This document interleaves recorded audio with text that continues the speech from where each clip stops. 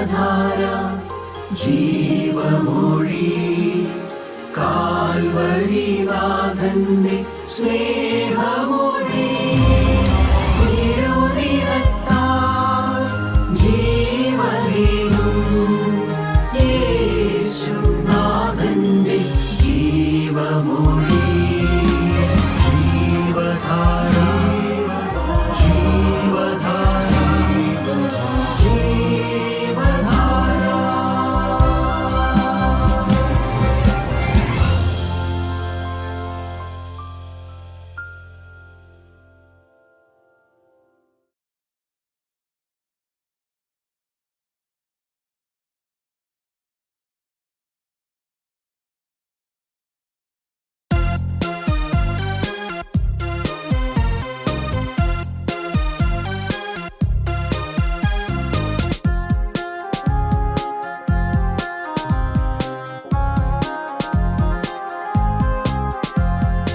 എന്നെ അറിയാൻ എന്നെ നടത്താൻ എല്ലാ നാളിലും യാഗനിക്കുണ്ട്.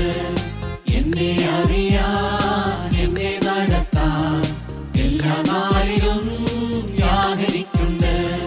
ചൂടിൽ വാഴാതെ വീണു പോകാതെ മേഘസ്തംഭമായി യാഗനിക്കുണ്ട്. ചൂടിൽ വാഴാതെ വീണു പോകാതെ മേഘസ്തംഭമായി യാഗനിക്കുണ്ട്. കാൽവഴുതാതെ കല്ലിൽ തട്ടാതെ താങ്ങിടുമെന്നെ നാഥനിൽ നിന്നും. കാൽവഴുതാതെ കല്ലിൽ തട്ടാതെ താങ്ങിടുമെന്നെ നാഥനിൽ നിന്നും. എന്നെ അറിയാൻ എന്നെ നടത്താൻ എല്ലാ നാളിലും യാഗനിക്കുണ്ട്.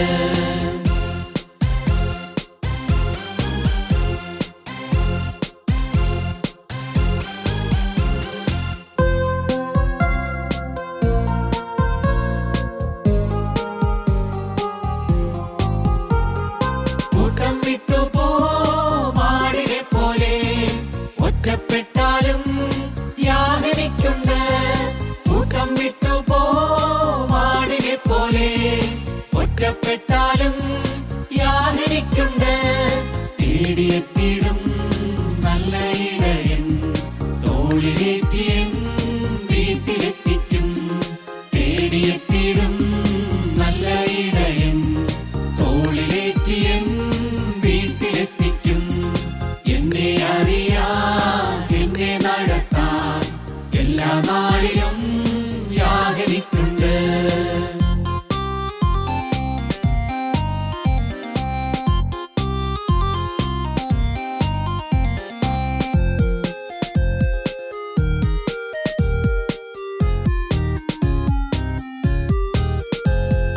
പാതയിൽ ശത്രു പോരടിക്കുമ്പോൾ പരിചയായിടും യാഗനിക്കുണ്ട്. പാതയിൽ ശത്രു പോരടിക്കുമ്പോൾ പരിചയായിടും യാഗനിക്കുണ്ട്. ആത്മശക്തിയാൽ എന്നെ നടത്തും ആത്മനാഥനൻ കൂടെയുണ്ടെന്നും. ആത്മശക്തിയാൽ എന്നെ നടത്തും ആത്മനാഥനൻ കൂടെയുണ്ടെന്നും. എന്നെ അറിയാൻ എന്നെ നടത്താൻ എല്ലാ നാളിലും യാഗനിക്കുണ്ട്. എന്നെ അറിയാൻ എന്നെ നടത്താൻ എല്ലാ നാളിലും യാഗനിക്കുണ്ട്. ചൂടിൽ വാഴാതെ വീണു പോകാതെ മേഘസ്തംഭമായി യാഗനിക്കുണ്ട്. ചൂടിൽ വാഴാതെ വീണു പോകാതെ മേഘസ്തംഭമായി യാഗനിക്കുണ്ട്. കാൽവഴുതാതെ കല്ലിൽ തട്ടാതെ താങ്ങിടുമെന്നെ നാഥനിൽ നിന്നും.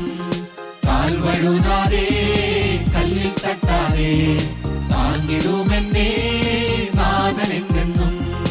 എന്നെ അറിയാൻ എന്നെ നടത്താൻ എല്ലാ നാളിലും യാഗനിക്കുണ്ട്. ദൈവ തിരുനാമത്തിന് മഹത്വം ഉണ്ടാകട്ടെ. കർത്താവായ യേശുക്രിസ്തുവിൻ്റെ പരിശുദ്ധമായ നാമത്തിൽ നിങ്ങൾക്കേവർക്കും എൻ്റെ സ്നേഹവന്ദനം അറിയിക്കുന്നു. കർത്താവിൻ്റെ സാക്ഷിയായി തിരുവചനവുമായി ഒരിക്കൽ കൂടി നിങ്ങളുടെ മധ്യത്തിൽ നിൽക്കുവാൻ സ്വർഗത്തിലെ ദൈവം തന്ന ഭാഗ്യത്തെ ഓർത്ത് കർത്താവിനെ സ്തുതിക്കുന്നു, സ്തോത്രം ചെയ്യുന്നു. ഏതാനും ദിവസങ്ങളായി നമ്മൾ ചിന്തിച്ചുകൊണ്ടിരിക്കുന്നത് കർത്താവായ യേശുക്രിസ്തുവിൻ്റെ രക്തത്താൽ മനുഷ്യവർഗത്തിന് ലഭിക്കുന്ന ഭാഗ്യമേറിയ ചില അനുഭവങ്ങളെക്കുറിച്ചാണ്. കഴിഞ്ഞ പ്രാവശ്യം നാം ചിന്തിച്ചത് യേശുക്രിസ്തുവിൻ്റെ രക്തത്താലുള്ള സൗജന്യമായ വീണ്ടെടുപ്പിനെക്കുറിച്ചായിരുന്നു. വീണ്ടെടുപ്പ് അതിമനോഹരമായ ഒരു അനുഭവമാണ് ഈ വീണ്ടെടുപ്പ് എന്ന് പറയുന്നത്. സൗജന്യമായി ദൈവം നൽകുന്നതായ ഒരനുഭവം. ദൈവനാമം മഹത്വപ്പെടട്ടെ. ഏതെങ്കിലും തരത്തിലുള്ളതായ ഗുണമുള്ളവർക്കോ നന്മ ചെയ്യുന്നവർക്കോ ഉള്ളതല്ല. ഏതെങ്കിലും തരത്തിലുള്ളതായ ക്ലെയിംസ് എനിക്ക് വീണ്ടെടുക്കപ്പെടുവാനുള്ള യോഗ്യത ഉണ്ടായിട്ടല്ല, യാതൊരു യോഗ്യതയും ഇല്ലാതിരിക്കെ, യോഗ്യതയില്ല എന്ന് മാത്രമല്ല അയോഗ്യനായിരിക്കെ സ്വർഗത്തിലെ ദൈവം നമ്മെ വീണ്ടെടുത്തു. ഇന്ന് കർത്താവായ യേശുക്രിസ്തുവിൻ്റെ രക്തത്താൽ മനുഷ്യവർഗത്തിന് സാധിക്കുന്നതായ മറ്റൊരു അനുഭവമാണ് നാം വായിക്കുന്നത്. വെളിപാട് പുസ്തകം 12-ാം അധ്യായം അതിൻ്റെ 11-ാമത്തെ വാക്യം നമുക്ക് വായിച്ച് കേൾക്കാം. അവർ അവനെ കുഞ്ഞാടിൻ്റെ രക്തം ഹേതുവായിട്ടും തങ്ങളുടെ സാക്ഷ്യവചന ഹേതുവായിട്ടും ജയിച്ചു. ഒരു വിശ്വാസിയെ സംബന്ധിച്ചിടത്തോളം അവൻ യേശുക്രിസ്തുവിൻ്റെ രക്തത്താൽ അവന് ലഭിക്കുന്ന ഒരനുഭവമാണ് ജയജീവിതം എന്നുള്ളത്. നാം ദൈവവചനത്തിലേക്ക് കടന്നു വരുമ്പോൾ നമുക്ക് മനസ്സിലാകുന്ന ചില പരമപ്രധാനമായ സത്യങ്ങളുണ്ട്. മനുഷ്യവർഗത്തിൻ്റെ മേൽ വന്നിരിക്കുന്നതായ ഏറ്റവും ശാപകരമായ ഒരു കാര്യം അവൻ പാപത്തിനടിമയാണ്, പാപിയാണ് എന്നുള്ളതാണ്. ഏദൻ തോട്ടത്തിൽ സംഭവിച്ച ആ സംഭവത്തോടു കൂടി മനുഷ്യൻ പാപിയായി തീർന്നു. ആദ്യ പിതാവായ ആദം പാപം ചെയ്തു. ആദമിൻ്റെ സന്തതിയായി പിന്നീട് മനുഷ്യവർഗം ഈ ഭൂമിയിൽ പെരുകി. ആ ആദമിൻ്റെ മേൽ വന്നതായ ആ ശാപം, ആ പാപം ആ ആദമിൽ കൂടെ മനുഷ്യവർഗത്തിലേക്ക് മുഴുവനായി പകർന്നു. പിന്നീട് ആദമിൻ്റെ സന്തതിയായി ജനിക്കുന്നവരൊക്കെയും പാപിയായി തന്നെ ജനിക്കുന്നു. ഒരു കുഞ്ഞ് ഈ ഭൂമിയിലേക്ക് ജനിക്കുന്നു. ആ കുഞ്ഞ് ഒരു പാപിയായിട്ടാണ് ജനിക്കുന്നത്. ഇങ്ങനെ പറയുമ്പോൾ ആരും ഭാരപ്പെടരുത്, പ്രയാസപ്പെടരുത്. അങ്ങനെ പറയുന്നത് ശരിയാണോ എന്ന് ചിന്തിക്കരുത്. അത് ദൈവവചനത്തിൽ വളരെ വ്യക്തമായിട്ട് നമുക്ക് മനസ്സിലാകുന്ന കാര്യമാണ്. ലോകത്തൊരു മനുഷ്യൻ പോലും പാപിയായിട്ടല്ലാതെ ജനിക്കുന്നില്ല. കർത്താവായ യേശുക്രിസ്തു മാത്രമാണ് പാപമില്ലാതെ ഈ ഭൂമിയിൽ ജനിച്ചത്. കാരണം അവൻ ആദമിൻ്റെ സന്തതിയായിട്ടല്ല, ദൈവത്തിൻ്റെ പുത്രനായിട്ട് പരിശുദ്ധാത്മാവിനാലാണ് കന്യകമറിയാമിൽ ഗർഭം ധരിച്ചത്. അപ്പൊ ദൈവത്തിൽ നിന്ന് ജനിച്ചതുകൊണ്ട് കർത്താവായ യേശുക്രിസ്തുവിന് പാപമില്ല. യേശു പാപമില്ലാത്തവനായി ജനിച്ചു. മനുഷ്യരുടെ ഇടയിൽ മനുഷ്യനായി ജനിച്ചതിൽ യേശുക്രിസ്തു ഒഴികെ സകല മനുഷ്യരും പാപികളാണ്. അത് നാം റോമർക്കെഴുതിയ ലേഖനത്തിലെല്ലാം വളരെ വ്യക്തമായിട്ട് വായിക്കുന്നുണ്ട്. ഒരു വ്യത്യാസവുമില്ല. എല്ലാവരും പാപം ചെയ്ത് ഒരുപോലെ ദൈവ തേജസ് ഇല്ലാത്തവരായി തീർന്നു എന്നാണ് നാം വായിക്കുന്നത്. ഒരുത്തൻ പോലും ഇല്ല, ഒരു മനുഷ്യനുമില്ല. ലോകത്ത് ജനിച്ച മനുഷ്യന്റെ പുത്രനായി ജനിച്ച മനുഷ്യന്മാരെല്ലാവരും പാപികളാണ്. അങ്ങനെയെങ്കിൽ ഒരു കുഞ്ഞ് ഈ ഭൂമിയിലേക്ക് ജനിക്കുമ്പോൾ ആ കുഞ്ഞും ഒരു പാപിയായിട്ടാണ് ജനിക്കുന്നത്. അതുകൊണ്ടാണ് ആ കുഞ്ഞ് പാപം ചെയ്യുന്നത്. പാപം ചെയ്യുമ്പോഴല്ല ആ കുട്ടി പാപിയാകുന്നത്. ആ കുട്ടി പാപിയായി ജനിക്കുന്നുണ്ട്. ഒരു കുഞ്ഞി ഭൂമിയിലേക്ക് ജനിക്കുമ്പോൾ പാപിയായി ജനിക്കുന്നത് കൊണ്ട് അവൻ പാപം ചെയ്തു പോകുന്നു. നമുക്കറിയാം, നമ്മുടെ വീട്ടിലൊരു ശിശുവുണ്ട്. ഞാൻ പലപ്പോഴും പറയാറുള്ള കാര്യമാണ്. നമ്മുടെ വീട്ടിലൊരു ശിശു ഉണ്ട് എങ്കിൽ, ഒരു കുഞ്ഞുണ്ടെങ്കിൽ, ഒരു വയസ്സുള്ള ഒരു കുഞ്ഞുണ്ടെന്നിരിക്കട്ടെ, ആ കുഞ്ഞിന് ഒരു കളിപ്പാട്ടം അവൻ്റെ കയ്യിലുണ്ട്. ഒരു പാവയാകാം, എന്തെങ്കിലും ഒരു കളിപ്പാട്ടം അവൻ്റെ കയ്യിലുണ്ട്. നമ്മുടെ വീട്ടിലേക്ക് ആരെങ്കിലും ഒരു ഗസ്റ്റ് കടന്നു വരുമ്പോൾ, ഒരു ആള് കടന്നു വരുമ്പോൾ ഈ കുഞ്ഞ് ആ കളിപ്പാട്ടവുമായി കളിച്ചുകൊണ്ടിരിക്കുകയാണെന്ന് വിചാരിക്കുക. അപ്പോൾ സ്വാഭാവികമായിട്ടും ആ കുഞ്ഞിനോടുള്ള സ്നേഹത്തെ പ്രതി ആ വരുന്ന വ്യക്തി ആ കുഞ്ഞിനോട് ആ കളിപ്പാട്ടം എനിക്ക് തരാവോ എന്ന് ചുമ്മാ ചോദിക്കും. സ്വാഭാവികമായിട്ടും അങ്ങനെ ചോദിക്കാറുണ്ടല്ലോ. നിങ്ങൾക്ക് കാണാൻ കഴിയുന്ന ഒരു കാര്യമുണ്ട്. ഈ കുഞ്ഞ് ആ കളിപ്പാട്ടം അപ്പോൾ തന്നെ എടുത്ത് പുറകിൽ ഒളിപ്പിക്കുകയോ അതല്ലെങ്കിൽ ആ കളിപ്പാട്ടവുമായിട്ട് ഓടുകയോ ചെയ്യുന്നത് നമുക്ക് കാണാം. നമ്മൾ ആരെങ്കിലും നമ്മുടെ വീട്ടിലെ കൊച്ചിന് പറഞ്ഞു കൊടുത്തായിരുന്നോ, വീട്ടിൽ ആരെങ്കിലും വരുമ്പോൾ നിന്റെ കളിപ്പാട്ടം ഒന്നും കൊടുക്കരുത്, നിന്റെ സാധനങ്ങളൊന്നും കൊടുക്കരുത്, നമ്മൾ ആ കുഞ്ഞിനെ പറഞ്ഞു പഠിപ്പിച്ചിട്ടില്ല. പക്ഷെ ആ കുഞ്ഞത് കൊടുക്കില്ല. ആ കുഞ്ഞിന് അത് കൊടുക്കാൻ സാധിക്കില്ല. അവൻ അതും കൊണ്ട് ഓടുകയാണ്. ദൈവമക്കളെ, കാരണം അവൻ്റെ ഉള്ളിൽ ആ പാപ സ്വഭാവം ഉണ്ടെന്നുള്ളതാണ്.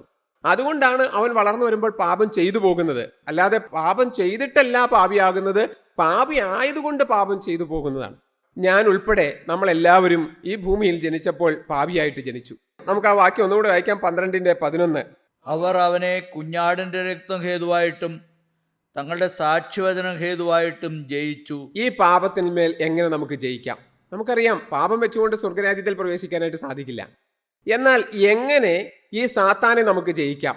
നമ്മുടെ ദൈനംദിന ജീവിതത്തിൽ, നമ്മുടെ ഓരോ നിമിഷവുമുള്ളതായ ജീവിതത്തിൽ നമ്മെ പരാജയപ്പെടുത്തുന്നതിന്, നമ്മെ വീഴിക്കുന്നതിന്, നാമും ദൈവവും തമ്മിലുള്ളതായ, യേശുക്രിസ്തുവും തമ്മിലുള്ളതായ ആ ബന്ധത്തെ വിഘടിപ്പിക്കുന്നതിന് വേണ്ടി, ആ ബന്ധം ഇല്ലാതാക്കുന്നതിന് വേണ്ടി സാത്താൻ നമ്മുടെ ജീവിതത്തിൽ എന്നും എപ്പോഴും പ്രവർത്തിച്ചുകൊണ്ടിരിക്കും. ഓരോ വിഷയങ്ങൾ മനുഷ്യ ജീവിതത്തിലേക്ക് കൊണ്ടുവരും. അവനെ വാക്കുകൊണ്ട്, അവൻ്റെ ഹൃദയത്തിൽ വരുന്ന ചിന്ത കൊണ്ട്, അവൻ്റെ നിരൂപണങ്ങൾ കൊണ്ട്, അവൻ കാണുന്ന കാഴ്ച കൊണ്ട്, അവൻ്റെ ആഗ്രഹങ്ങൾ കൊണ്ട്, അവൻ്റെ മോഹങ്ങൾ കൊണ്ട് എപ്പോഴും ദൈവവുമായിട്ടുള്ള ബന്ധത്തിൽ നിന്ന് മനുഷ്യനെ വിടുവിക്കാൻ വേണ്ടി പിശാച് മനുഷ്യനെ ഇങ്ങനെ പരീക്ഷണങ്ങൾ കൊണ്ട് എപ്പോഴും പരീക്ഷിച്ചുകൊണ്ടിരിക്കും. എന്നാൽ ഈ പരീക്ഷകൾ എങ്ങനെ ജയിക്കാം? ഈ പാപത്തിന്മേൽ എങ്ങനെ ജയിക്കാം? ഈ പാപം നമ്മുടെ ജീവിതത്തിലേക്ക് കടന്നു വരുമ്പോൾ, പിശാച് കൊണ്ടുവരുമ്പോൾ അതിന്മേൽ നമുക്ക് എങ്ങനെ ജയിക്കാം? ദൈവത്തിന് നന്ദിയോടെ സ്തോത്രം. ദൈവമക്കളെ, ഞാനിത് നിങ്ങളോട് പറയുമ്പോൾ ഏറെ ഈ വിഷയത്തിൽ വലഞ്ഞുപോയ ഒരു കാലം, ഒരു ചരിത്രം എനിക്കുണ്ട്. ഞാൻ ഈ കൂട്ടായ്മയിൽ വന്നു, വചനം കേട്ടു, മാനസാന്തരപ്പെട്ടു. സ്ഥിരമായി വചനം കേൾക്കാൻ തുടങ്ങിയപ്പോഴാണ് ഞാൻ ഒരു പരമസത്യം മനസ്സിലാക്കിയത്. കേവലം ഞാൻ എൻ്റെ ജീവിതം യേശുക്രിസ്തുവിൻ്റെ കരങ്ങളിലേക്ക് കൊടുത്തു എന്നുള്ള ഒരു സമർപ്പണം എടുത്തതുകൊണ്ടോ, എല്ലാ ഞായറാഴ്ചയും ഞാൻ ദൈവാലയത്തിൽ പോയതുകൊണ്ടോ, ആരാധനയിൽ പങ്കെടുത്തതുകൊണ്ടോ, കൂട്ടായ്മയുടെ പ്രവർത്തനങ്ങൾക്ക് ഞാൻ ചേർന്ന് നിന്നു എന്നുള്ളത് കൊണ്ടോ, ഞാൻ സാക്ഷ്യം പറയുകയോ ദൈവവചനം പറയുകയോ ഒക്കെ ചെയ്യുന്നത് കൊണ്ടൊന്നും ദൈവരാജ്യം എനിക്ക് ലഭ്യമാകുകയില്ല. എനിക്ക് ദൈവരാജ്യം ലഭിക്കണമെങ്കിൽ എൻ്റെ ഹൃദയത്തിലുള്ളതായ പാപം മരിക്കണം, പാപ സ്വഭാവം മരിക്കണം, ആഗ്രഹങ്ങൾ മരിക്കണം, മോഹങ്ങൾ മരിക്കണം എന്നെനിക്ക് മനസ്സിലായി. ദൈവമക്കളെ, അന്ന് ഞാൻ വലഞ്ഞുപോയ ഒരു വിഷയമാണ്. ഓർക്കുന്ന കാര്യം ഞാൻ ഇപ്പോഴും എൻ്റെ മനസ്സിൽ പച്ചയായി ഓർക്കുന്ന ചില കാര്യങ്ങളെല്ലാം ഉണ്ട്. ആ കാലഘട്ടം നല്ല ചെറിയൂർക്കോട് കൂടി ഞാൻ ഡിഗ്രിക്ക് പഠിക്കുന്ന ആ കാലഘട്ടത്തിലാണ് ഈ കൂട്ടായ്മയിൽ വരുന്നത്. വചനം കേട്ടു. ആ ദിവസങ്ങൾ തോറും വചനം കേൾക്കും തോറും എൻ്റെ ഹൃദയത്തിൽ ഈ പാപം എന്നുള്ള ഭാരം എൻ്റെ ഉള്ളിൽ കൂടി വരാൻ തുടങ്ങി. ഇതെനിക്ക് ഭയമായി തുടങ്ങി. എങ്ങനെ ജയിക്കും? ഞാൻ ഓർക്കുന്നുണ്ട്, വീട്ടിൽ നിന്ന് ഞാൻ കോളേജിലേക്ക് പഠിക്കാനായിട്ട് പോകുമ്പോൾ എൻ്റെ ആ റോഡിൽ കൂടി നടക്കുമ്പോൾ എനിക്കറിയാം ആ റോഡിൽ ഞാൻ ഏതൊക്കെ ഭാഗത്ത് ചെല്ലുമ്പോഴാണ് മതിലുകളിൽ സിനിമാ പോസ്റ്ററുകൾ ഒട്ടിച്ചിരിക്കുന്നത്, അതിൽ വൃത്തികെട്ടതായ പടമുള്ളത് എന്നെല്ലാം എനിക്കറിയാം. ഞാൻ ഓർക്കുന്നുണ്ട്, ആ നാളുകളിൽ എൻ്റെ ഒരു സമർപ്പണം ഉണ്ടായിരുന്നു. ഞാൻ ആ ഭാഗത്തെത്തുമ്പോൾ ഞാൻ കീഴോട്ട് നോക്കി നടക്കും. അതല്ലെങ്കിൽ ഞാൻ റോട്ടിലൂടെ പോകുമ്പോൾ ഞാൻ വചനം പറഞ്ഞുകൊണ്ടിരിക്കും. ദൈവമക്കളെ, അങ്ങനെ ഞാൻ മുമ്പോട്ട് പോകും. പക്ഷേ കൃത്യം ആ സ്ഥലത്തെത്തി ആ പോസ്റ്റർ എവിടെയാണോ ഇരിക്കുന്ന, ആ ഭിത്തി എവിടെയാണോ, കൃത്യം അവിടെ എത്തുമ്പോൾ ഞാൻ അറിയാതെ നോക്കി പോകും. ഞാൻ അങ്ങ് നോക്കി പോവുകയാണ്. എന്നെ ആരോ അതിലേക്ക് വലിച്ചിഴച്ച് എൻ്റെ മുഖം തിരിപ്പിച്ച് നോക്കിക്കുന്നത് പോലെ എനിക്ക് തോന്നി. അത് കഴിയുമ്പോൾ എൻ്റെ ഉള്ളിൽ ഞാനൊരു വൃത്തികെട്ട പടം കണ്ടു, അല്ലെങ്കിൽ ഒരു ഭാഗം കണ്ടു. എൻ്റെ ഉള്ളിൽ വിഷമമായി, വേദനയായി. പിന്നെ ഞാൻ നടക്കുമ്പോഴൊക്കെ ഞാൻ കണ്ടുപോയല്ലോ ഈ വിഷമം എൻ്റെ ഉള്ളിൽ. ദൈവമക്കളെ, ഞാൻ വലഞ്ഞു പോയിട്ടുണ്ട്. ആ കാലങ്ങളിലൊക്കെ പത്രം എടുത്ത് വിടുത്തി ഒരു വാർത്ത വായിക്കാൻ ഞാൻ ഭയപ്പെട്ടിട്ടുണ്ട്. കാരണം അതിലും ഇതുപോലെയുള്ളതായ പടങ്ങൾ, സിനിമകളുടെ പോസ്റ്ററുകൾ ഇതെല്ലാം വരും. എനിക്ക് ഭയമായിരുന്നു. ഇന്നത്തെ കാലത്ത് ഞാൻ ഇങ്ങനെയുള്ളതായ ചില കാര്യങ്ങൾ പറയുമ്പോൾ പലർക്കും അത് ഉൾക്കൊള്ളാനായിട്ട് സാധിക്കില്ല. ഇത് ഏത് നൂറ്റാണ്ടിൽ ജീവിക്കുന്ന ഒരു മനുഷ്യനാണെന്നൊക്കെ പലപ്പോഴും ഇന്നത്തെ ചെറുപ്പക്കാർക്ക് തോന്നിയേക്കാം. എന്നാൽ ദൈവമക്കളെ, ദൈവത്തിന്റെ വചനത്തിൽ വളരെ വ്യക്തമായി പറയുന്നുണ്ട്, കർത്താവായ യേശുക്രിസ്തു തന്റെ രേഖപ്പെടുത്തിയിരിക്കുന്ന ആദ്യത്തെ പ്രസംഗമായ ഗിരിപ്രഭാഷണത്തിൽ കർത്താവായ യേശുക്രിസ്തു അതിന്റെ ആദ്യത്തെ അധ്യായത്തിൽ തന്നെ വളരെ വ്യക്തമായിട്ട് മനുഷ്യന്റെ ഹൃദയത്തിലെ വരുന്ന മോഹത്തെക്കുറിച്ചും അത് മുഖാന്തരം ഉണ്ടാകുന്ന പാപത്തെക്കുറിച്ചും വളരെ വ്യക്തമായി പറയുന്നുണ്ട്. 5:27 നാം ഇപ്രകാരമാണ് വായിക്കുന്നത്: സ്ത്രീയെ മോഹിക്കേണ്ടുന്നതിന് അവളെ നോക്കുന്നവനെല്ലാം ഹൃദയം കൊണ്ട് അവളോട് വ്യഭിചാരം ചെയ്തു പോയി. അങ്ങനെയാണെങ്കിൽ ഒരു പുരുഷൻ ഒരു സ്ത്രീയെ മോഹത്തോടെ നോക്കിയാൽ, ഒരു പടത്തെ മോഹത്തോടെ നോക്കിയാൽ കണ്ടാൽ, അവൻ ഹൃദയം കൊണ്ട് വ്യഭിചാരം ചെയ്തു കഴിഞ്ഞു എന്നാണ് പറയുന്നത്. അതുപോലെ തന്നെ ഒരു സ്ത്രീ ഒരു പുരുഷനോട് ഇതുപോലെ ഒരു മോഹം വന്നാൽ ആ സ്ത്രീ ആ പുരുഷനുമായി വ്യഭിചാര ബന്ധത്തിൽ ഏർപ്പെട്ടു, അത് ചെയ്തു കഴിഞ്ഞു എന്നാണ് പറയുന്നത്. പക്ഷേ പരസ്യമായി ചെയ്തിട്ടില്ല, ശരീരം കൊണ്ട് ചെയ്തിട്ടില്ല. പക്ഷെ സ്വർഗത്തിൽ എഴുതി വെക്കുന്നത്, സ്വർഗത്തിലെ ദൈവം പറയുന്നത് അത് ചെയ്തു പോയി എന്നുള്ളതാണ്. ദൈവമക്കളെ, ഞാൻ ദീർഘകാലങ്ങൾ ഉപവാസം എടുത്തു നോക്കി, ഞാൻ പ്രാർത്ഥിച്ചു നോക്കി, എന്നെ കൊണ്ട് കഴിയുന്നതൊക്കെ ഞാൻ ചെയ്തു നോക്കിയ ഒരു കാലം എൻ്റെ ജീവിതത്തിലുണ്ട്. ജയമില്ലാതെ ഞാൻ വലഞ്ഞു. ഒരു ആഴ്ച അല്ലെങ്കിൽ 2 ആഴ്ചയൊക്കെ ജയം എനിക്ക് കിട്ടുമായിരുന്നു. ഒരു മാസമൊക്കെ ഞാൻ പിടിച്ചു നിന്ന കാലങ്ങളുണ്ട്. ഞാൻ പിടിച്ചു നിന്ന കാലം തന്നെയാണ് പറഞ്ഞത്. ദൈവമക്കളെ, ഈ പാപം വരാതെ ഞാൻ പിടിച്ചു നിന്ന കാലം എന്നാണ് പറഞ്ഞത്. പക്ഷേ ഞാൻ പലപ്പോഴും അടുത്തുപോയി. കാരണം പിന്നെയും ഞാൻ ഇത് വീണു പോകുന്നു. പിന്നെയും എൻ്റെ ഹൃദയത്തിൽ ഈ മോഹം വരുന്നു, ആഗ്രഹങ്ങൾ വരുന്നു. പോരാത്തതിന് ഞാൻ പഠിക്കാൻ പോകുന്നു കോളേജിലേക്ക്. അവിടെ കാണുന്ന കാഴ്ചകൾ, അവിടെ കാണുന്ന പെൺകുട്ടികൾ, എൻ്റെ കൂടെ ഇരിക്കുന്ന പെൺകുട്ടികൾ, പഠിക്കുന്ന കുട്ടികൾ, ഇതെല്ലാം എൻ്റെ ജീവിതത്തിൽ എനിക്കൊരു ഭാരമായി, പ്രയാസമായി മാറി. എങ്ങനെ ഞാൻ ഇതിൽ ജയിക്കും? മോഹത്തിന്മേൽ എങ്ങനെ ജയിക്കും? ദൈവമക്കളെ, എനിക്കറിയാവുന്ന ഒരു ദൈവദാസന്റെ അടുക്കൽ ഞാൻ ഒരിക്കൽ ചെന്നു. ദൈവനാമം മഹത്വപ്പെടട്ടെ. അന്ന് ഞാൻ അദ്ദേഹത്തോട് പറഞ്ഞു, എനിക്ക് ജയിക്കാൻ കഴിയുന്നില്ല.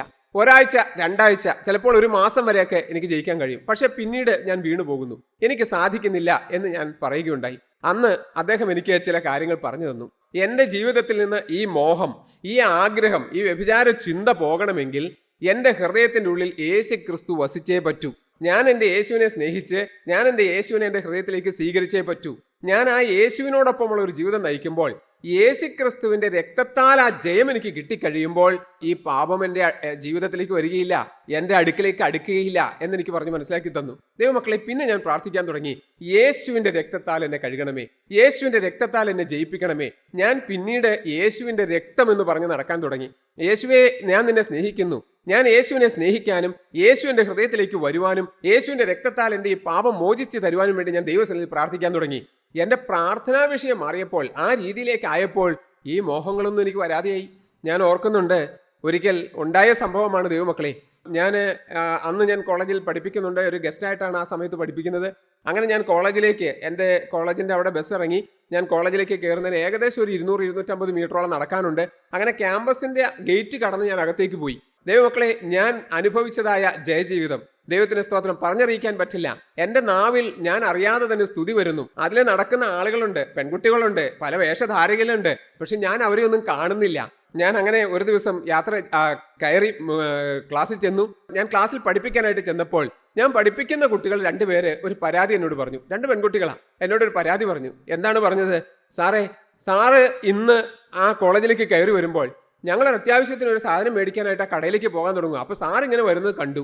അപ്പം ഞങ്ങൾ സാറിൻ്റെ നേരെയൊക്കെ ചിരിച്ചു, സാറിന് വിളിച്ചു. പക്ഷെ സാറ് മൈൻഡ് ചെയ്തില്ല എന്ന് പറഞ്ഞു. സാർ മൈൻഡ് ചെയ്തില്ല എന്ന് പറഞ്ഞു. എൻ്റെ ഉള്ളിൽ വളരെ സന്തോഷം തോന്നി. അത് മൈൻഡ് ചെയ്യാതെ പോയതുകൊണ്ടല്ല, ഞാൻ അവർ വിളിച്ചത് അറിഞ്ഞില്ല. അവരെൻ്റെ ഓപ്പോസിറ്റ് എതിരെ വന്നത് ഞാൻ കണ്ടില്ല. ഞാനൊരു പ്രത്യേക അവസ്ഥയിൽ കർത്താവായ യേശു ക്രിസ്തുവിനെ സ്തുതിച്ചുകൊണ്ട് യേശുവിൻ്റെ രക്തം ജയമെന്ന് പറഞ്ഞുകൊണ്ട് ഞാൻ മുമ്പോട്ട് പോവുകയായിരുന്നു. എൻ്റെ എതിരെ വന്നവരെ ഞാൻ കണ്ടില്ല. ദൈവമക്കളെ, ഒരു ജയം തരുന്ന ദൈവമുണ്ട്. അവിടെ നാം വായിക്കുന്നത് ഇങ്ങനെയാണ്: അവർ അവനെ കുഞ്ഞാടിന്റെ രക്തം ഹേതുവായിട്ടും തങ്ങളുടെ സാക്ഷ്യവചനം ഹേതുവായിട്ടും ജയിച്ചു. സാത്താനെ ജയിക്കാം, മനുഷ്യന് ജയിക്കാം, പിശാചിനെ ജയിക്കാം, പാപത്തിന്മേൽ ജയം നമുക്ക് പ്രാപിക്കാം. ഈ തലമുറയിൽ പാപം കൂടാതെ, ഇന്ന് ചെറുപ്പക്കാർ വീഴുന്നതായ ആ പാപത്തിൽ വീഴാതെ, ആ പാപത്തിന്റെ ചിന്തകൾ വരാതെ ഈ ഭൂമിയിൽ മനുഷ്യന് ജീവിക്കാം. എന്താണ് അതിനുള്ള മാർഗം? കർത്താവായ യേശു ക്രിസ്തുവിന്റെ രക്തം.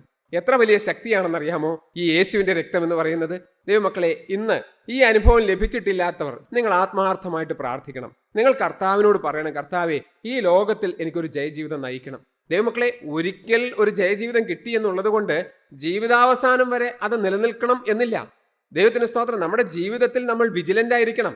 നമ്മുടെ ജീവിതത്തിൽ നമ്മൾ മുമ്പോട്ടുള്ളതായ യാത്രയിൽ, മുമ്പോട്ടുള്ളതായ ജീവിതത്തിൽ ഓരോ സ്ഥലത്തും ചെന്ന് നിൽക്കുമ്പോൾ വളരെ സൂക്ഷ്മതയോടെ, വളരെ ഗൗരവത്തോടെ, ഒരു വീഴിക്കാനുള്ള പിശാച് നമ്മുടെ മുമ്പിൽ എപ്പോഴും ഉണ്ട്. അത് പല രൂപത്തിലും പല ഭാവത്തിലും വരുമെന്നുള്ളത് തിരിച്ചറിഞ്ഞുകൊണ്ട് വേണം നാം ഓരോ സ്ഥലത്തും നിൽക്കുവാനായിട്ട്.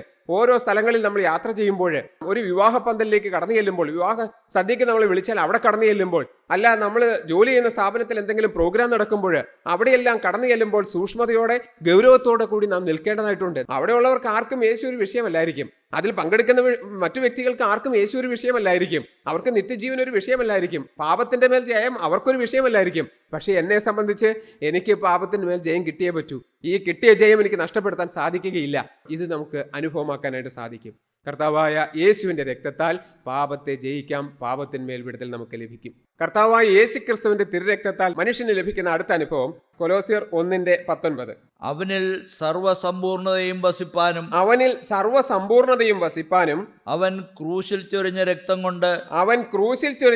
കൊണ്ട് അവൻ മുഖാന്തരം സമാധാനമുണ്ടാക്കി. യേശുക്രിസ്തു കുരിശിൽ ചൊരിഞ്ഞ രക്തത്താൽ ആ യേശുക്രിസ്തു മുഖാന്തരം സമാധാനമുണ്ടാക്കി. എന്താണ് ഈ സമാധാനം?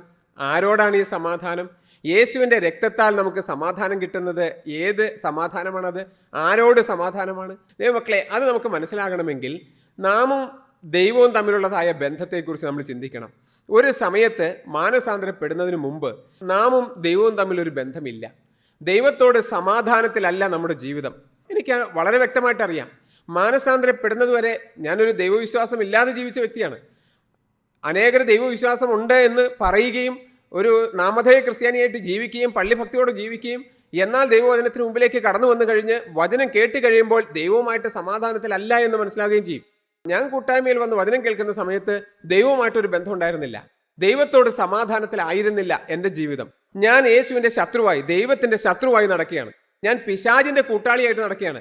എൻ്റെ സമാധാനം പിശാചിനോടായിരുന്നു. ഞാനും പിശാചും തമ്മിലായിരുന്നു കൂട്ട്. എന്നാൽ കർത്താവായ യേശുക്രിസ്തുവിന്റെ രക്തം ദൈവവുമായി സമാധാനത്തിലേക്ക് വരുവാൻ ഇടയാക്കി തീർന്നു. ദൈവത്തോട് സമാധാനം, ദൈവത്തോട് ഐക്യപ്പെടുന്ന ഒരു അനുഭവം. സാത്താൻ നമ്മുടെ ഉള്ളിൽ നിന്ന് പോകുമ്പോഴാണ് ദൈവത്തോട് നമുക്ക് സമാധാനം ലഭിക്കുന്നത്. ദൈവനാമം മഹത്വപ്പെടട്ടെ. ഇത് നമ്മൾ ശരിക്കൊന്ന് മനസ്സിലാക്കുക തന്നെ വേണം. ഇതൊരു അനുഭവമാണ്. ഇന്നത്തെ കാലത്ത് ഇതിനെക്കുറിച്ചൊക്കെ പറയുമ്പോൾ പലപ്പോഴും ചെറുപ്പക്കാരായ വ്യക്തികൾക്ക് അത് ഉൾക്കൊള്ളാനായിട്ട് സാധിക്കുകയില്ല. ഒരു ദൈവമുണ്ട്, ഒരു സാത്താനുണ്ട്, ആ ദൈവത്തെയും നമ്മയും തമ്മിൽ വേർപെടുത്തുന്നതായ പിശാച് കൊണ്ടുവരുന്ന പാപമുണ്ട്, ഈ പാപത്തിന്റെ മേൽ ജയിച്ചാൽ മാത്രമേ സ്വർഗരാജ്യത്തിൽ പ്രവേശിക്കുകയുള്ളൂ. ഇതെല്ലാം പറയുമ്പോൾ വിശ്വസിക്കാൻ ബുദ്ധിമുട്ടുള്ള ഒരു യൗവനക്കാരുടെ കൂട്ടമാണ് ഇന്നുള്ളത്. പക്ഷെ തിരുവചനം സത്യം പറയുന്നു. ഈ തിരുവചനത്തിൽ എഴുതിയിരിക്കുന്ന സത്യങ്ങൾ പറയാതിരിക്കാൻ കഴിയില്ലല്ലോ ദൈവമക്കളെ. നമ്മെയും ദൈവത്തെയും തമ്മിൽ ഭിന്നിപ്പിക്കുന്ന, നമ്മെയും ദൈവത്തെയും തമ്മിൽ വേർപെടുത്തുന്നതായ ദൈവത്തോടുള്ള ബന്ധത്തിലേക്ക് മനുഷ്യൻ വരാതിരിക്കാൻ വേണ്ടി അതിന് തടസ്സമായിട്ട് എന്നും നിൽക്കുന്ന ഒരു സാത്താൻ ഈ ഭൂമിയിലുണ്ട്. മനുഷ്യനെ വലയ്ക്കുന്ന ഒരു സാത്താനുണ്ട്. ദൈവമക്കളെ, എനിക്ക് വളരെ വ്യക്തമായിട്ട് അറിയാവുന്ന കാര്യമാണ്, മനസ്സിലാകുന്ന കാര്യമാണ്, ഞാൻ അനുഭവിച്ച കാര്യമാണ്. ദൈവത്തോടു കൂടെ ജീവിക്കാതിരുന്ന കാലത്ത് ഞാൻ പിശാചിനോട് കൂടെയായിരുന്നു. അന്ന് എന്ത് വൃത്തികേടും ചെയ്യാൻ ഒരു മടിയും ഉണ്ടായിരുന്നില്ല. എത്ര വലിയ തെറ്റാണെങ്കിലും ഒരു ധൈര്യം, ഒരു ആത്മധൈര്യം ഉള്ളിലുണ്ടായിരുന്നു. എൻ്റെ കൂട്ടുകാരുണ്ട്, എനിക്ക് വേണ്ടപ്പെട്ടവരുണ്ട്, അല്ലെങ്കിൽ അവരെന്നെ സംരക്ഷിച്ചു കൊള്ളും എന്നുള്ളതായി ഒരു ചിന്തയുണ്ടായിരുന്നു. നമുക്കറിയാം, സാത്താന്റെ കൂടെ നടക്കുന്ന കാലഘട്ടത്തിൽ ഏത് പാപം ചെയ്യാൻ ഒരു മനുഷ്യൻ ധൈര്യം വരും. ഇന്ന് നാം കാണുന്നതായ ചില വാർത്തകളുണ്ട്. ഇന്ന് ഞാൻ വായിച്ചതായ വാർത്ത, കേവലം +1 പഠിക്കുന്നതായ ഒരു വിദ്യാർത്ഥി 9ാം ക്ലാസ്സിൽ പഠിക്കുന്ന ഒരു പെൺകുട്ടിയെ കൈ പിറകിലേക്ക് കെട്ടി കല്ലുകൊണ്ട് മുഖത്തെല്ലാം ഇടിച്ച് ക്രൂരമായി ബലാത്സംഗം ചെയ്ത് കൊലപാതകം ചെയ്തിരിക്കുന്നു. 16 വയസ്സുള്ളതായ ചെറുപ്പക്കാരൻ, 14 വയസ്സുള്ളതായ പെൺകുട്ടി. എന്താ കാരണം? ഒരു സംശയം. തൻ്റെ പ്രേമഭാജനമാണ്. ഇനി ഇവൾക്ക് വേറെ ആരോടോ ഒരാളോടോ താല്പര്യമുള്ളതുപോലെ അവനൊരു തോന്നല്. ആ ഒരു തോന്നലിലാണ് ഇതെല്ലാം ചെയ്യുന്നത്. ഇതാണ് സാത്താന്റെ പ്രവൃത്തി. ഒരു ചിന്ത മനുഷ്യനെ എവിടെയെല്ലാം കൊണ്ട് എത്തിച്ചിരിക്കുന്നു. ഒന്ന് ആലോചിച്ച് നോക്കുക. ആ 16 വയസ്സുള്ളതായ ഒരു ചെറുപ്പക്കാരന് ഒരാളെ കൊല്ലുന്നതിനുള്ളതായ ധൈര്യം എവിടെ നിന്ന് വരുന്നു? സുബോധമുള്ള മനുഷ്യന് ചിന്തിക്കാൻ പറ്റുമോ? സുബോധമുള്ള ഒരു മനുഷ്യനെ കൊണ്ട് ചെയ്യാൻ പറ്റുന്ന കാര്യമാണോ കൊലപാതകം ചെയ്യാന്ന് പറയുന്നാൽ? അല്ല, ഒരു മനുഷ്യനെ ഒന്ന് ഉപദ്രവിക്കുക എന്ന് പറഞ്ഞാൽ പോലും നമുക്ക് ചിന്തിക്കാൻ കഴിയുമോ?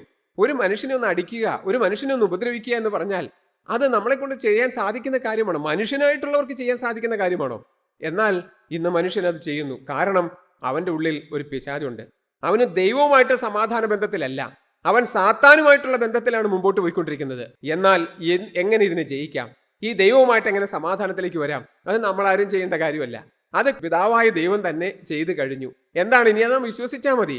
കർത്താവായ യേശുക്രിസ്തു തന്റെ രക്തം ഈ ഭൂമിയിൽ ഒഴുക്കി നമുക്ക് വേണ്ടി കുരിശിന്മേൽ മരിച്ചപ്പോൾ ദൈവത്തോട് സമാധാനമില്ലാതെ കിടന്നതായ മനുഷ്യൻ ദൈവത്തോട് സമാധാനത്തിലേക്ക് എത്തി.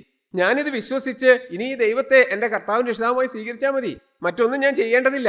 ദൈവവുമായി സമാധാനത്തിലാകുവാൻ, ദൈവവുമായി ഏകബന്ധത്തിലേക്ക് എത്തുവാൻ മനുഷ്യരാശിക്ക് ചെയ്തു കൊടുക്കേണ്ടതെല്ലാം ദൈവം ചെയ്തു കഴിഞ്ഞു. കർത്താവ് ചെയ്തു കഴിഞ്ഞു. സൗജന്യമായിട്ട് ഇതെല്ലാം നമുക്ക് നൽകി കഴിഞ്ഞു. ഇനി നാം എന്ത് ചെയ്താൽ മതി? വിശ്വാസത്തോടെ ഈ യേശുക്രിസ്തു നമ്മുടെ ഹൃദയത്തിലേക്ക് സ്വീകരിച്ചാൽ മതി. ഇതെല്ലാം എങ്ങനെയാണ് സാധിക്കുന്നത്? ഇതെങ്ങനെയാണ് സാധിക്കുന്നത്? ജയജീവിതം എങ്ങനെയാണ് സാധിക്കുന്നത്? വീണ്ടെടുപ്പ് എങ്ങനെയാണ് സാധിക്കുന്നത്? ദൈവത്തോട് സമാധാനം എങ്ങനെയാണ് പ്രാപിക്കുന്നത്? ഇതിനെല്ലാം കാരണം യേശുക്രിസ്തുവിന്റെ രക്തമാണ് എന്ന് ഞാൻ പറയുകയുണ്ടായി. എന്നാൽ ഇതെങ്ങനെ സാധിക്കും? യേശുവിന്റെ രക്തമുണ്ട്, ഇതൊക്കെ സാധിപ്പിക്കുമെന്ന് തിരുവചനത്തിലുണ്ട്. പക്ഷേ ഒരു മനുഷ്യനായ എനിക്ക് ഇന്ന് ഈ തലമുറയിൽ ഇതെങ്ങനെ സാധിപ്പിച്ചെടുക്കാം? ഒരൊറ്റ വഴിയേ ഉള്ളൂ. വേറെ ഒന്നും ചെയ്യണ്ട. ദൈവത്തിന് സ്തോത്രം. ഒരു സംഘടനയിലും ചേരണ്ട, സഭ മാറണ്ട, പള്ളി മാറണ്ട. ദൈവമക്കളെ, മുതിർന്ന സ്നാനമൊന്നും എടുക്കേണ്ട കാര്യമില്ല. ധരിച്ചിരിക്കുന്ന വസ്ത്രത്തിന്റെ നിറമൊന്നും മാറേണ്ട കാര്യമില്ല. ഇട്ടിരിക്കുന്ന ആഭരണങ്ങൾ സ്ത്രീകളാണെങ്കിൽ അത് അഴിച്ചു മാറ്റേണ്ട കാര്യമില്ല.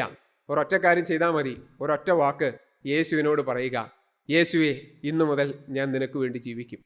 ഇതുവരെ എന്നെ നിയന്ത്രിച്ചുകൊണ്ടിരുന്ന സാത്താനോടും അവൻ എന്നെ കൊണ്ട് ചെയ്യിച്ച സകലവിധ പാപത്തോടും ഞാൻ എന്നേക്കുമായി യാത്ര പറയുന്നു. എൻ്റെ പാപങ്ങൾക്ക് വേണ്ടി കുരിശിന്മേൽ മരിച്ച് അവസാനത്തെ തുള്ളി രക്തം വരെയും എനിക്ക് വേണ്ടി ഒഴുക്കിയ എൻ്റെ പ്രാണപ്രിയനായ യേശുവിനെ ഞാൻ സ്നേഹിക്കുന്നു. ഞാൻ ഇനി ആ യേശുവിന് വേണ്ടി ജീവിക്കും. യേശുവെ, ഇന്നു മുതൽ ഞാൻ നിന്റെ വക. റോമർക്ക് എഴുതിയ ലേഖനത്തിൽ വളരെ വ്യക്തമായിട്ട് പറയുന്നുണ്ട്. യേശുവിനെ കർത്താവ് എന്ന് വായ്കൊണ്ട് ഏറ്റുപറയുകയും ദൈവം അവനെ മരിച്ചവരുടെ ഇടയിൽ നിന്ന് ഉയർത്തെഴുന്നേൽപ്പിച്ചു എന്ന് നീ വിശ്വസിക്കുകയും ഹൃദയം കൊണ്ട് വിശ്വസിക്കുകയും ചെയ്താൽ രക്ഷിക്കപ്പെടും. ഈ അനുഭവങ്ങളെല്ലാം നമുക്ക് കിട്ടും. ഈ വീണ്ടെടുപ്പിന്റെ അനുഭവം, ഈ ദൈവവുമായിട്ടുള്ള സമാധാനത്തിന്റെ അനുഭവം, പാപത്തിന്മേൽ ജയം കിട്ടുന്നതായ അനുഭവം, ഇത് നമുക്ക് ലഭ്യമാകും. ഒറ്റക്കാര്യം മാത്രം, എനിക്ക് വേണ്ടി രക്തം ഒരുത്തൻ ഒഴുക്കി കഴിഞ്ഞു. എനിക്ക് വേണ്ടി ജീവൻ ഈ ഭൂമിയിൽ ഒരുത്തൻ ഒഴുക്കി കഴിഞ്ഞു. ഞാൻ ചെയ്ത പാപങ്ങൾക്ക് വേണ്ടി, എൻ്റെ ചിന്ത കൊണ്ട് ഞാൻ ചിന്തിച്ചു കൂട്ടിയ പാപങ്ങൾക്ക് വേണ്ടി, എൻ്റെ കൈകാലുകളുടെ പ്രവൃത്തികൾ കൊണ്ട് ഞാൻ ചെയ്തു കൂട്ടിയ പാപങ്ങൾക്ക് വേണ്ടി, എൻ്റെ തലച്ചോറിൻ്റെ ചിന്തകൾ കൊണ്ട് ഞാൻ ചെയ്തു കൂട്ടിയതായ പാപങ്ങൾക്ക് വേണ്ടി, എൻ്റെ ശരീരത്തിൻ്റെ ഓരോ അവയവങ്ങൾ കൊണ്ടും എൻ്റെ ഹൃദയം കൊണ്ടും എൻ്റെ മനസ്സുകൊണ്ടും ഞാൻ ചെയ്തു കൂട്ടിയതായ സകല പാപങ്ങൾക്കും വേണ്ടി കർത്താവായ യേശു ക്രിസ്തു കുരിശിന്മേൽ മരിച്ചു. അവൻ്റെ ശരീരത്തിലെ അവസാനത്തെ തുള്ളി രക്തം വരെയും എനിക്ക് വേണ്ടി ഒഴുക്കി തന്നു. അവസാനം ആ പട്ടാളക്കാരൻ കർത്താവായ യേശു ക്രിസ്തുവിന്റെ വിലാപ്പുറത്തേക്ക് കുന്തം കൊണ്ട് കുത്തി. ആ കുന്തം കർത്താവായ യേശു ക്രിസ്തുവിന്റെ ഹൃദയത്തെ തുളച്ചകത്തേക്ക് കയറി. ആ ഹൃദയത്തിൽ കിടന്നതായ അവസാനത്തുള്ളി രക്തവും ഒഴുകി. ഒടുവിൽ രക്തം തീർന്നപ്പോൾ വെള്ളവും ഒഴുകി. ദൈവമക്കളെ, രക്തം തീർന്നു. യേശു പറയുന്ന വാക്കിതാണ്, മകനെ, നിന്റെ പാപങ്ങൾക്ക് വേണ്ടി എൻ്റെ ശരീരത്തിലെ അവസാനത്തെ തുള്ളി രക്തവും ഞാൻ ഒഴുക്കി കഴിഞ്ഞു. ഇത് വിശ്വസിച്ചുകൊണ്ട്, ഇത് ഏറ്റുപറഞ്ഞുകൊണ്ട് കർത്താവായ യേശു ക്രിസ്തുവിന്റെ കരങ്ങളിലേക്ക് ആര് ജീവിതം സമർപ്പിക്കുന്നുവോ അവർക്ക് ഈ ജയജീവിതം കിട്ടും. അവർക്ക് ദൈവത്തോട് സമാധാനത്തോടെ ജീവിക്കാനായിട്ട് സാധിക്കും. ദൈവമക്കളെ, എനിക്ക് പറയാൻ ധാരാളം കാര്യങ്ങൾ എൻ്റെ മനസ്സിൽ വരുന്നുണ്ട്. ഇതൊരു സന്തോഷമുള്ള ജീവിതമാണ്, ഇതൊരു ആനന്ദമുള്ള ജീവിതമാണ്. ഈ തൽക്കാല ലോകത്ത് കാണുന്നതായ ഈ ചെളി നിറഞ്ഞതായ, അഴുക്ക് നിറഞ്ഞതായ പാപജീവിതത്തോട് യാത്ര പറഞ്ഞാൽ കിട്ടുന്നത് എത്ര വലിയ സമാധാനമാണ്, എത്ര വലിയ സന്തോഷമാണ്, എന്ത് നല്ല മനോഹരമായ കുടുംബജീവിതമാണ് കിട്ടുന്നത്. ദൈവത്തിന് നന്ദിയോടെ സ്തോത്രം. ഇത് നിങ്ങളെല്ലാവരും പ്രാപിക്കണം. ദൈവത്തിന് സ്തോത്രം. മനസ്സുണ്ടോ? ഇത് പ്രാപിക്കാൻ ആഗ്രഹമുണ്ടോ? എങ്കിൽ കർത്താവായ യേശു ക്രിസ്തുവിന്റെ കരങ്ങളിലേക്ക് നമ്മുടെ ജീവിതം നമുക്ക് സമർപ്പിക്കാം. യേശുവിനോട് ഒരു വാക്ക് പറയാമോ? ദൈവത്തിന് സ്തോത്രം. എൻ്റെ പാപങ്ങൾക്ക് വേണ്ടി കാൽവരി കുരിശിന്മേൽ മരിച്ച് അവസാനത്തെ തുള്ളി രക്തം വരെയും എൻ്റെ പാപങ്ങൾക്ക് വേണ്ടി ഒഴുക്കിയ പ്രാണപ്രിയനായ യേശുവെ, ഞാൻ നിന്നെ സ്നേഹിക്കുന്നു. ഇന്നു മുതൽ ഞാൻ നിന്റെ വക. എൻ്റെ യേശുവെ, ഇന്നു മുതൽ ഞാൻ നിന്റെ വക. എൻ്റെ യേശുവെ, ഇന്നു മുതൽ ഞാൻ നിന്റെ വക. ആരെല്ലാം യേശുവിനോട് വാക്ക് പറഞ്ഞു? നമുക്ക് പ്രാർത്ഥിക്കാം. സ്നേഹവാനായ ഞങ്ങളുടെ ദൈവമേ, കരുണയുള്ള കർത്താവേ, ഈ മനോഹരമായ സമയത്തിനായി സ്തോത്രം. നിന്റെ സന്നിധിയിൽ ജീവിതം സമർപ്പിച്ച ഓരോരുത്തരുടെയും പേര് ജീവന്റെ പുസ്തകത്തിൽ എഴുതണമേ. കർത്താവെ, അവിടുത്തെ രണ്ടാമത്തെ വരവെങ്കിൽ ഞങ്ങൾക്കെല്ലാവർക്കും ഒന്നിച്ച് പറന്ന് നിന്റെ സന്നിധിയിൽ എത്തുവാൻ തക്കവണ്ണം അവിടുന്ന് ഇടയാക്കി തീർക്കണമേ. രണ്ടാമത്തെ വരവിന് വേണ്ടി ഞങ്ങളെ ഒരുക്കണമേ. പാപത്തിന്മേൽ ജയം കിട്ടുന്ന ഒരു സമൂഹമായി ഞങ്ങളെ വളർത്തണമേ കർത്താവെ. എല്ലാ നന്മകൾക്കും കൃപകൾക്കുമായി സ്തോത്രം. എല്ലാ മടിയങ്ങൾക്കായി ജീവൻ തന്ന യേശു ക്രിസ്തുവിന്റെ പരിശുദ്ധമായ നാമത്തിൽ തന്നെ ആമീൻ.